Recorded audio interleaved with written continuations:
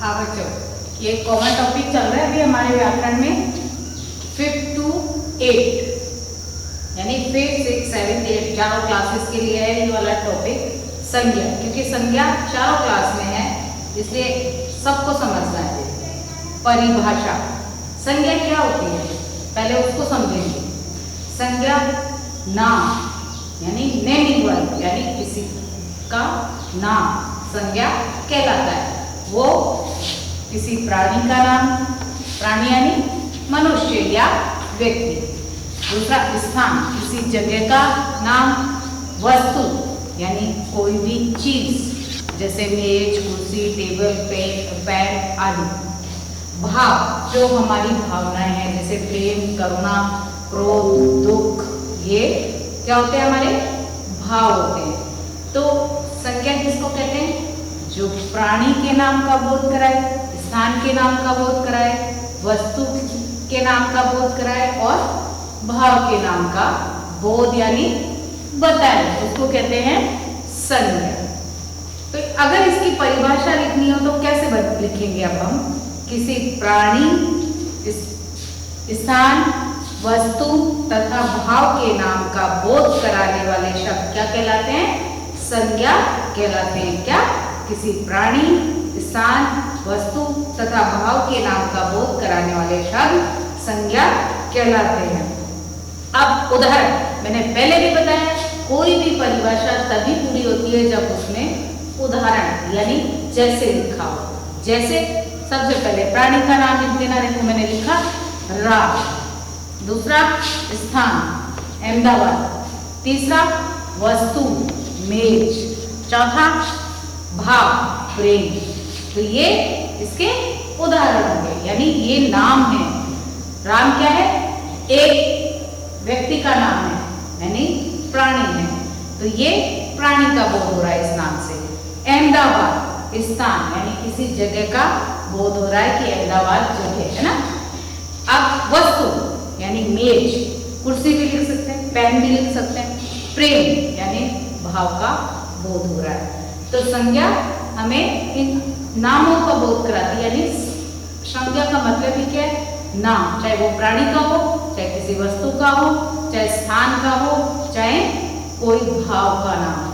तो ये संज्ञा की परिभाषा है। अब संज्ञा के 3 रूप होते हैं, 3 भेद होते हैं या 3 प्रकार होते हैं। संज्ञा के 3 भेद होते हैं, 3 प्रकार होते हैं। और ये ऐसे लाइन से बच्चों सीरीज से ही लर्न करने हैं। ऐसे नहीं कि पहले लिख दी जातिवाचक फिर भाववाचक, ऐसा नहीं। पहले व्यक्तिवाचक संज्ञा ही आएगी। फर्स्ट क्या है? व्यक्तिवाचक संज्ञा।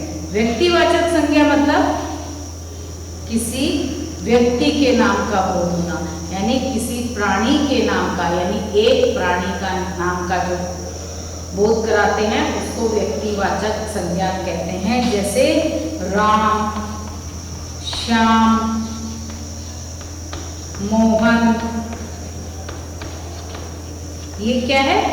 व्यक्तियों के नाम है, यानी किसी एक प्राणी का बोध कराने वाले शब्द व्यक्तिवाचक संज्ञा कहलाती हैं।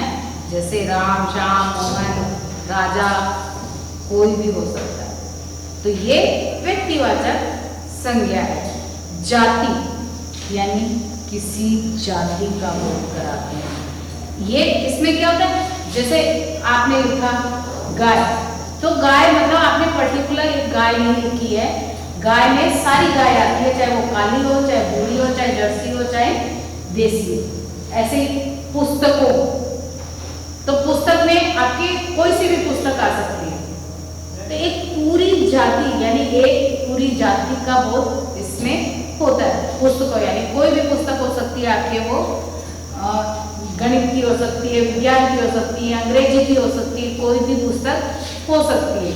तो हमने क्या बोला? पुस्तक हो। त्योहार, अगर होली बोलेंगे तो पर्टिकुलर एक नाम हो जाएगा होली, पर जातिवाचक अगर त्योहार बोलेंगे तो उसमें सारे त्योहारों के काउंट। आपकी होली भी हो सकती है या दिवाली भी हो सकती है, रक्षाबंधन भी हो सकता है। तो वो आपके जातिवाचक। प्राणियों, जैसे प्राणियों, तो एक पूरे प्राणी समुदाय के लिए प्राणियों शब्द दिया गया है, यानी किसी समुदाय या समूह के लिए एक शब्द जो बोला जाता है वो आपके जातिवाचक संज्ञा में आती है।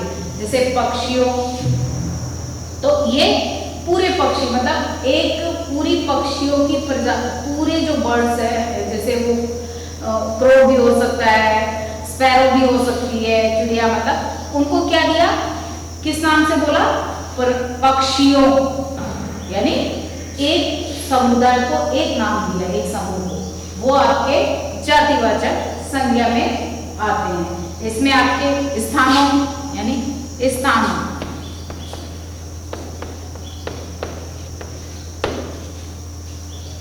या प्राणियों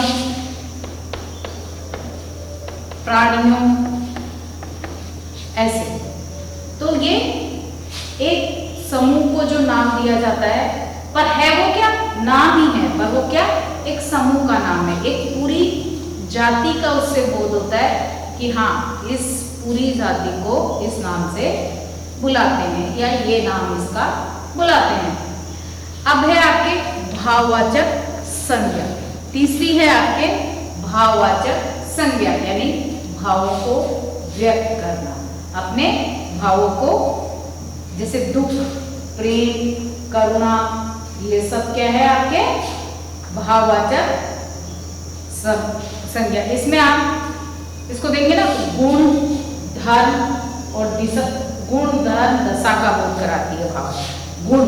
गुण में क्या आते हैं, अच्छी चीजें, हमारे अच्छे गुण, ईमानदारी, दया, प्रेम, करुणा, और दूसरा धर्म, हमारा वो चीज इसमें आती है, गुण दोषों का बोध और धर्म का बोध और दशा का बोध, यानी बुढ़ापा, मोटापा, ये सारी चीजें भाववाचक संज्ञा में आपके आती हैं। अब 3 हो गए इसके, लेकिन जातिवाचक संज्ञा, क्या, जातिवाचक संज्ञा के 2 और रूप होते हैं, उप रूप होते हैं, जिसमें आपके कौन कौन सी होती है, द्रव्यवाचक और समूहवाचक। कौन कौन सी, द्रव्यवाचक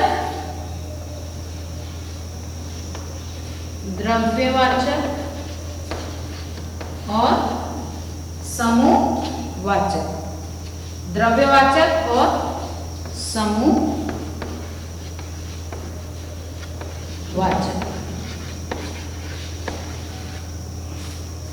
ये 2 इसके प्रकार आते हैं या उप प्रकार बोलते हैं इनको, किसके, जातिवाचक संज्ञा के ही होते हैं।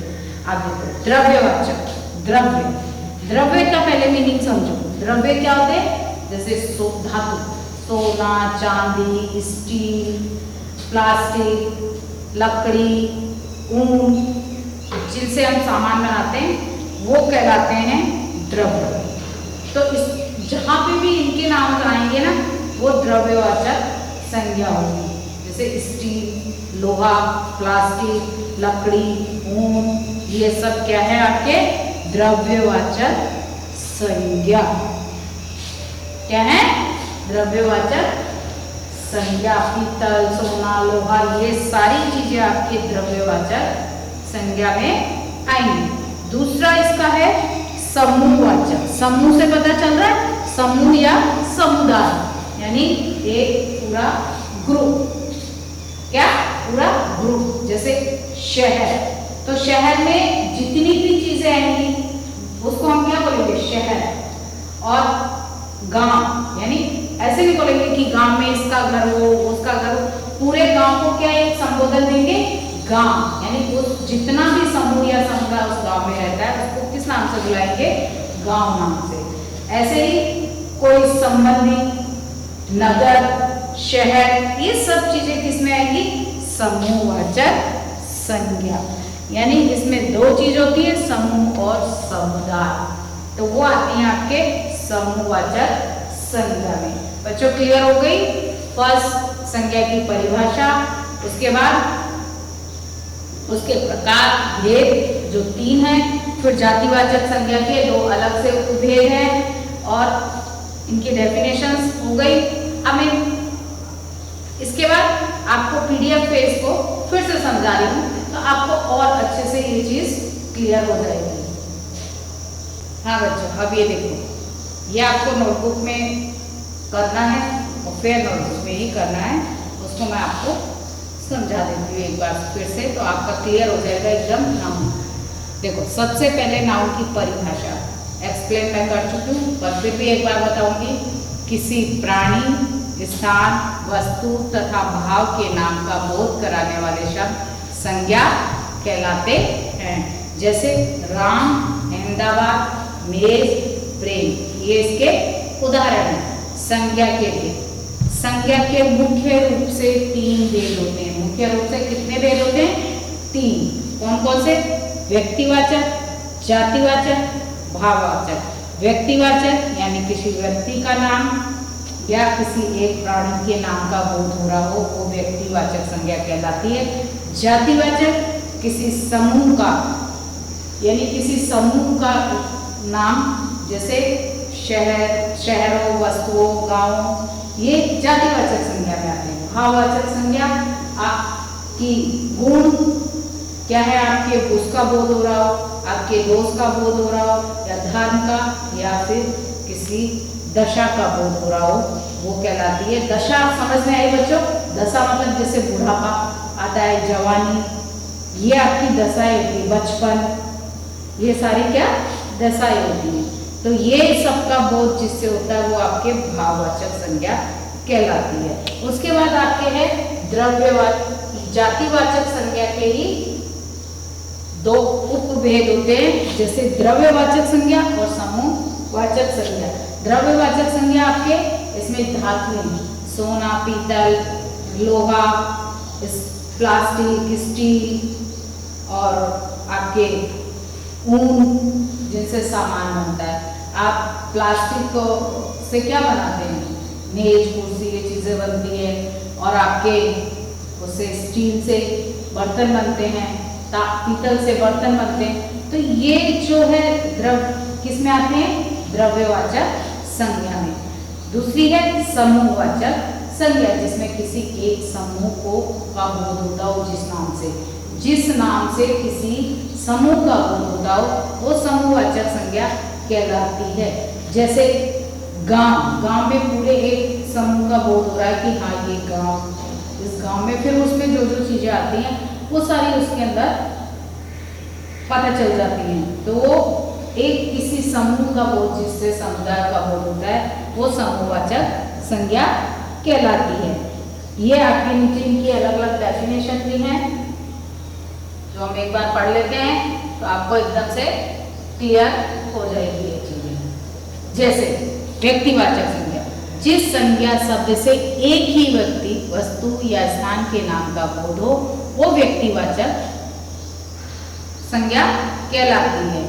व्यक्तिवाचक संज्ञा में व्यक्तियों, देशों, शहरों, नदियों, पर्वतों, त्योहारों, पुस्तकों, दिशाओं, समाचार पत्रों, दिनों, महीनों आदि के नाम का बोध होता है। जातिवाचक संज्ञा, जिस संज्ञा शब्द में किसी जाति के संपूर्ण प्राणियों, वस्तुओं, स्थानों का बोध होता है, उसको कहते हैं जातिवाचक संज्ञा। जातिवाचक संज्ञा में वस्तुओं, पशुओं, पक्षियों, फल, फूल, धातुओं, व्यवसाय संबंधी, नगर, शहर, गांव, परिवार, भीड़ आदि का बोध होता है।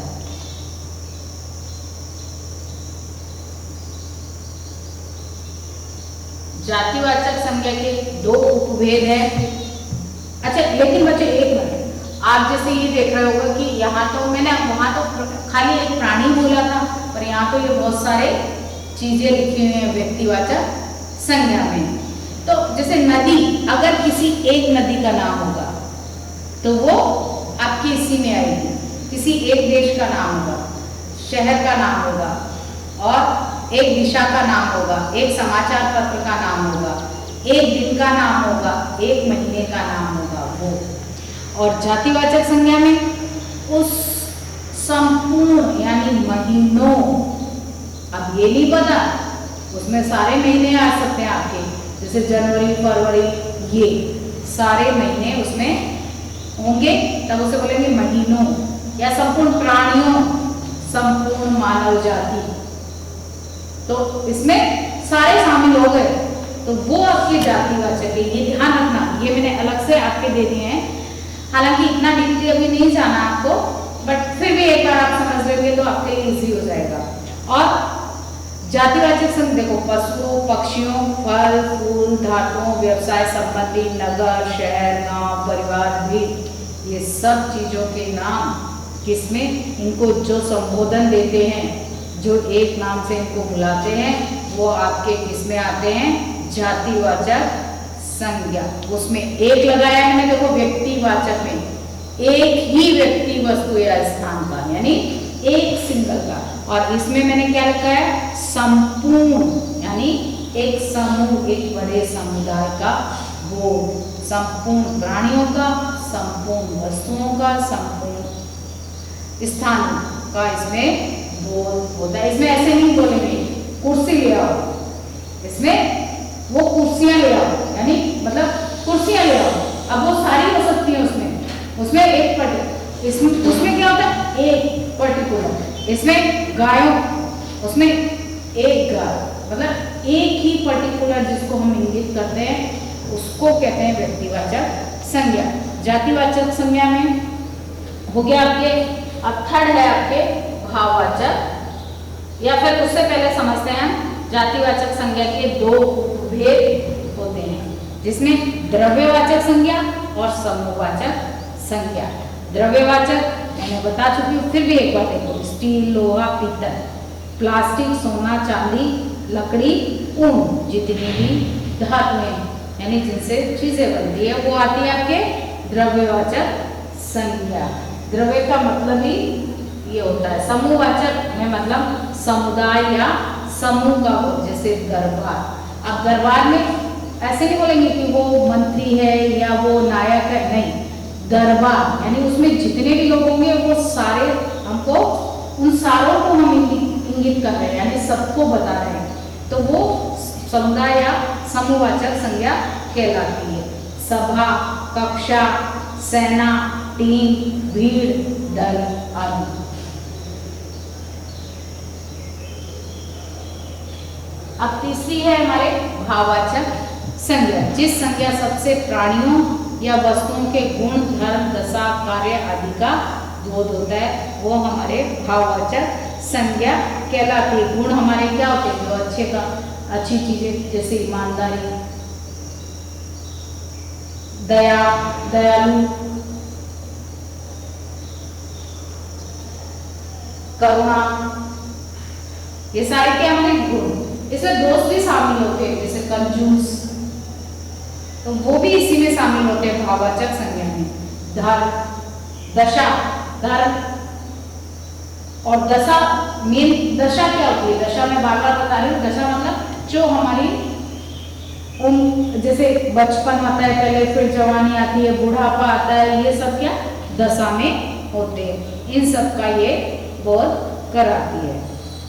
अब है अभ्यास प्रश्न।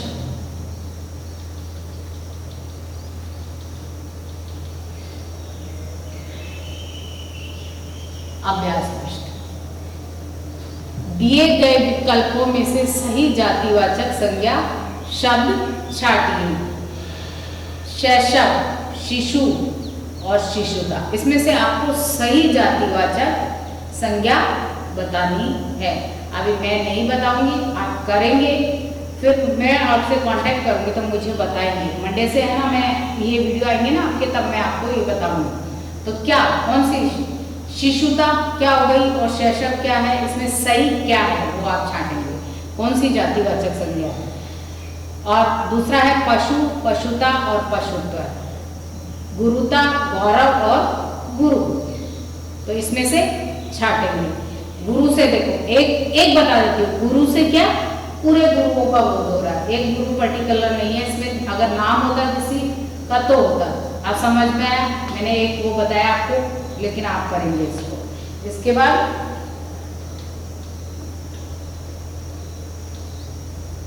दिए गए विकल्पों में से सही भाववाचक संज्ञा शब्द छाटिए।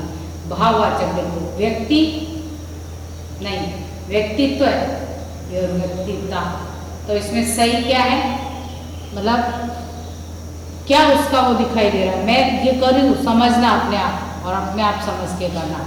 विद्वता, विद्वान, विदुषी। तो इसमें अपने आप आपको छांटना, पुरुष, पुरुषत्व और पौरुष। तो ये आपके हो गई भाववाचक संज्ञा। पौरुष बच्चे इसकी लाइन नहीं आई है, आप वो लगाना, बाई चांस इसमें नहीं आ पाई है तो आपको वो अंदर लगानी है। पौरुष वो स है ये जिसके बीच में लाइन लगेगी, वो आपको लगानी है। ये आपको कर लेना, फिर नोटबुक में ही करना है बच्चों, ठीक है। तो आज हमारी संज्ञा खत्म हो गई है, ठीक बच्चों।